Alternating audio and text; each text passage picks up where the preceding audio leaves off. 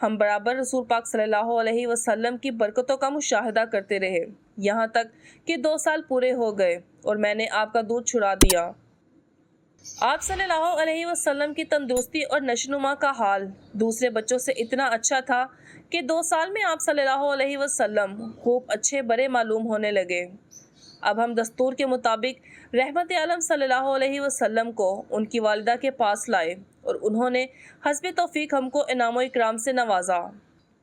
گو قاعدہ کے مطابق اب ہمیں رحمت عالم صلی اللہ علیہ وسلم کو اپنے پاس رکھنے کا کوئی حق نہیں تھا، مگر آپ صلی اللہ علیہ وسلم کی برکات نبوت کی وجہ سے ہمیں ایک لمحہ بھی آپ صلی اللہ علیہ وسلم کی جدائی گوارا نہیں تھی۔ عجیب اتفاق ہوا کہ اس سال مکہ معظمہ میں وبائی بیماری پھیلی ہوئی تھی، چنانچہ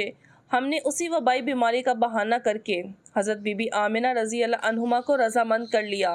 اور پھر ہم رحمت عالم صلی اللہ علیہ وسلم کو واپس اپنے گھر لائے اور پھر ہمارا مکان رحمتوں اور برکتوں کی کان بن گیا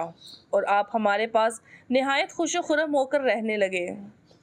جب آپ صلی اللہ علیہ وسلم کچھ بڑے ہوئے تو گھر سے باہر نکلتے اور دوسرے لڑکوں کو کھیلتے ہوئے دیکھتے، مگر خود ہمیشہ ہر قسم کے کھیل کود سے علیحدہ رہتے۔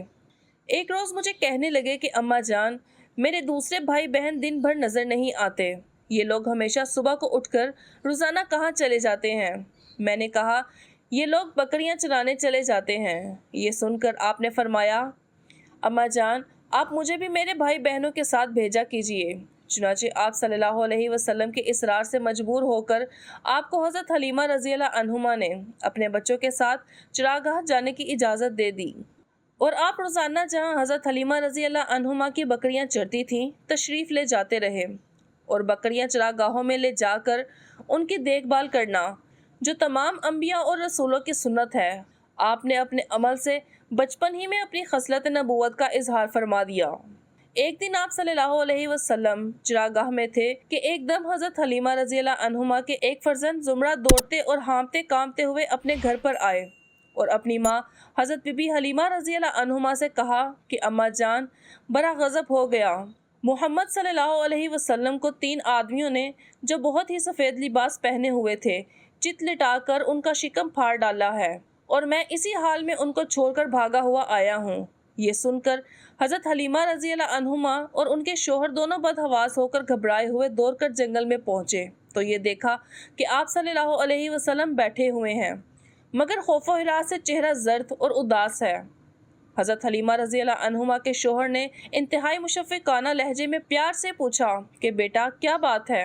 آپ صلی اللہ علیہ وسلم نے فرمایا کہ 3 شخص جن کے کپڑے بہت ہی سفید اور صاف ستھرے تھے میرے پاس آئے اور مجھ کو چت لٹا کر میرا شکم چاک کر کے اس میں کوئی چیز نکال کر باہر پھینک دی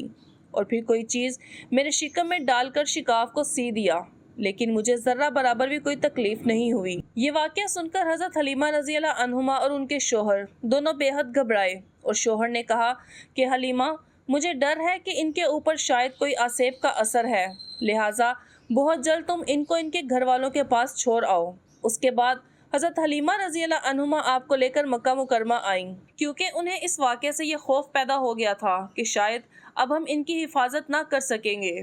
حضرت حلیمہ رضی اللہ عنہما نے جب مکہ معظمہ پہنچ کر آپ صلی اللہ علیہ وسلم کو والدہ ماجدہ کے سپرد کیا تو انہوں نے دریافت فرمایا کہ حلیمہ، تم بڑی خواہش اور چاہ کے ساتھ میرے بچے کو اپنے گھر لے گئی تھی، پھر اس قدر جلد واپس لے آنے کی کیا وجہ ہے؟ حضرت حلیمہ رضی اللہ عنہما نے شکم چاک کرنے کا واقعہ بیان کیا اور آسیب کا شبہ ظاہر کیا تو حضرت بی بی آمنہ رضی اللہ عنہما نے فرمایا، خدا کی قسم، میرے نور نظر پر ہرگز کسی بھی جن یا شیطان کا عمل دخل نہیں ہو سکتا، میرے بیٹے کی بڑی شان ہے۔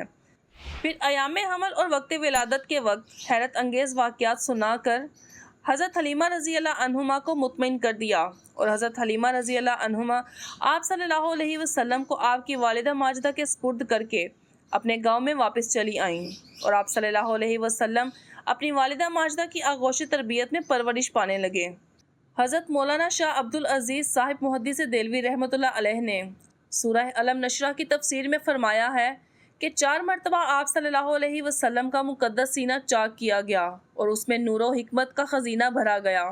پہلی مرتبہ جب آپ صلی اللہ علیہ وسلم حضرت حلیمہ رضی اللہ عنہما کے گھر تھے اس کی حکمت یہ تھی کہ حضور صلی اللہ علیہ وسلم ان وسوسوں اور خیالات سے محفوظ رہیں جن میں بچے مبتلا ہو کر کھیل کود اور شرارتوں کی طرف مائل ہو جاتے ہیں۔ دوسری بات 10 برس کی عمر میں ہوا تاکہ جوانی کی پرآشوب شہوتوں کے خطرات سے آپ بے خوف ہو جائیں۔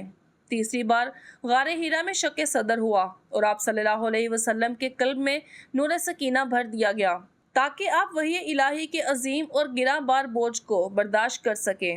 چوتھی مرتبہ شب معراج میں آپ صلی اللہ علیہ وسلم کا مبارک سینہ چاک کر کے نور و حکمت کے خزانوں سے معمور کیا گیا تاکہ آپ کے قلب مبارک میں اتنی وسعت اور صلاحیت پیدا ہو جائے کہ آپ دیدار الہی کی تجلیوں اور کلام ربانی کی ہیبتوں اور عظمتوں کے متحمل ہو سکیں۔